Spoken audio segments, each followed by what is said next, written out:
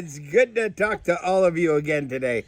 We've got our cowboy hats on because it's rodeo time. Yay, Houston Livestock Show and Rodeo. Absolutely. And we won another saddle Best Texas Winery, and we're so proud. And I wanted to share a couple of really fun things to show you.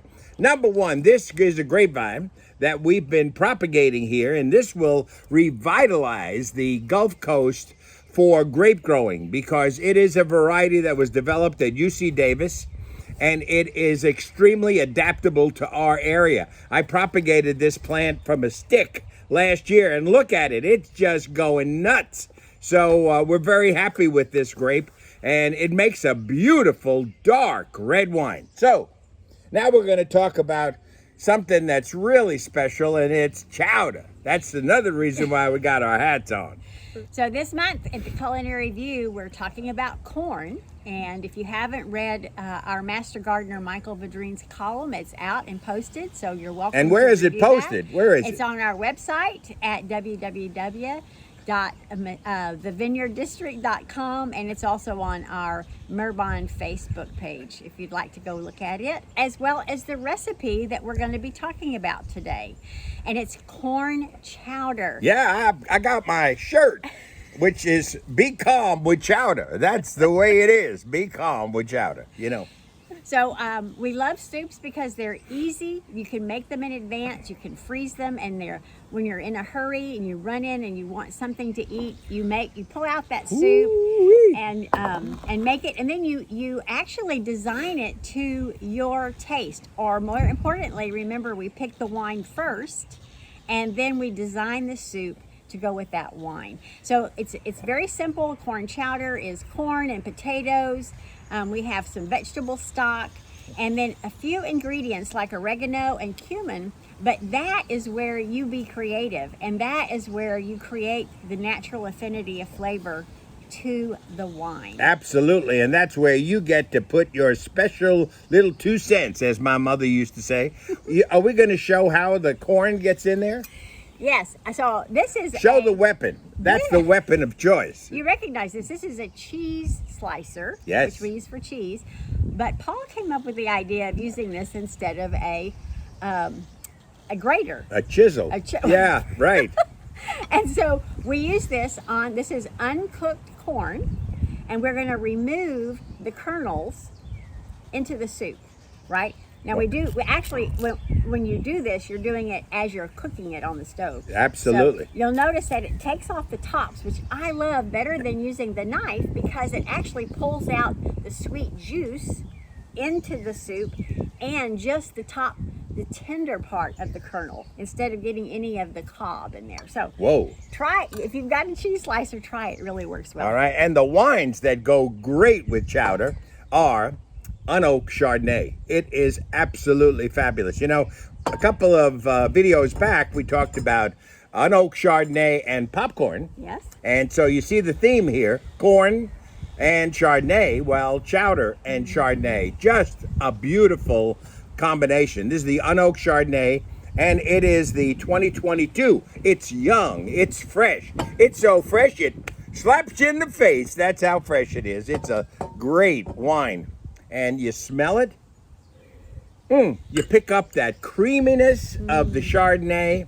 You know, I love Chardonnay without all of the other stuff that people do, like putting it in oak too much so that you feel like you've got, like little pieces of wood stuck in your teeth. You know, this is unoaked. It means it fermented in a stainless steel tank.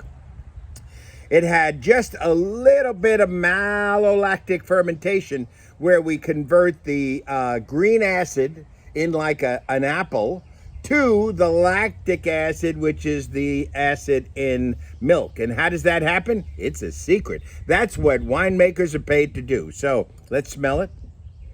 And with the corn chowder, see, Chardonnay has a very delicate flavor, and it's easy to overwhelm it. So with the corn chowder in its basic recipe is very light and delicate in flavor, and it goes really nicely with the Chardonnay. It really is. It's a nice combination. And just to see those little kernels kind of floating around in there, doing a backstroke and stuff, it's really nice. Then the second wine, if you don't like dry wines, The Gewürztraminer. Gewürztraminer. Gewürztraminer means spicy. That's Gewürz. Traminer, which means grape. So it is a spicy grape. And it's probably the second or third most popular white grape grown in Germany. Grows great on the high plains. Absolutely fantastic. One of the things that's so special about Gewürztraminer is the aroma. It's got an allspice aroma. You want to talk a little bit about that? Yes, Gewürztraminer has two components. Number one, kind of a lychee fruit, or lychee fruit, I understand. And that has a really kind of subtle fruit flavor on the base. And then it's got all this spice. It's almost like holiday spice, pumpkin spice, that you can pick up on the end. Gewürztraminer, spicy traminer, and it all goes together with spicier foods. So when we're making our chowder for the Gewürztraminer, we'll add a little bit of heat, maybe, yeah. like more jalapeno. Oh, a couple of pieces of jalapeno goes a long way. Or some other spices. And one of my tools in the kitchen is tea bags. I love tea. We drink tea, but I also use them as flavor components in sauces and in soups. And in this particular one, I added a Bengal spice, which is a lot of cloves and cinnamon, and it goes beautifully with the Gewürztraminer. And to pay tribute to the wine garden at the rodeo, this wine is being featured there. It's the GSM.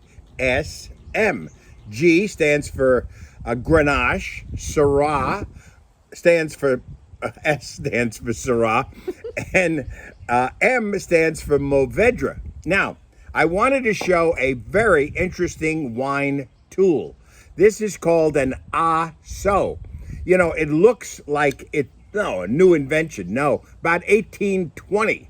And what they used to use this for is to extract corks from old bottles of wine, because on an old bottle of wine, if you stick the auger into the cork, it goes straight through the cork, or it crumbles the cork, and then you wind up with cork floating around in your wine. So this straddles the cork. So let me show you. It's a nice little device to have at your repertoire. But see, I just straddled that cork. So the ASO is on either side of this cork. So now what we do is we don't plunge. No plunge. No, you wiggle back and forth. That's the reason why it's like this. And it goes all the way down. And then you turn. Don't elbow your sweetie over here. And you just twist it. And woo, it came right out. See? And then it comes out completely whole. See, look, take a look at that. This looks like a brand new cork. So it doesn't damage the cork in any way, shape, or form. And then you pour it in the glass. You always pour to the side, like that. Oh, yeah. Oh, yeah. All right.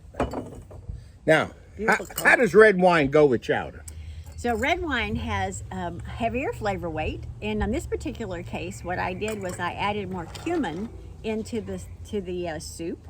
And then that brought some more flavor weight to the soup, which actually made it go better with the GSM. And another secret that's so critical is you take the wine that you like with the chowder, and then you pour a little bit of wine in the chowder. And now you've created the bridge between the chowder and the wine. There is wine in the recipe, so when you look at the recipe, just know that whatever wine you're going to serve, then just replace that wine in the recipe with the wine that you're going to serve, and you have that natural affinity. Also, if you want to make a double batch and freeze some, take the recipe up until the point you add the milk and sour cream. Then freeze that portion of it, and then each in serving sizes that you would use. And then when you bring that out to make it, then you add the milk and the sour cream at the time that you're going to serve it. All right. So on behalf of all of us, Meryl and I, and the great crew here at Messinahoff, we want to wish you a fantastic, calm chowder day. Vintage house chowder day. Actually, this is a vintage house recipe. Absolutely. So enjoy, everybody, and we'll see you next week. God bless. it.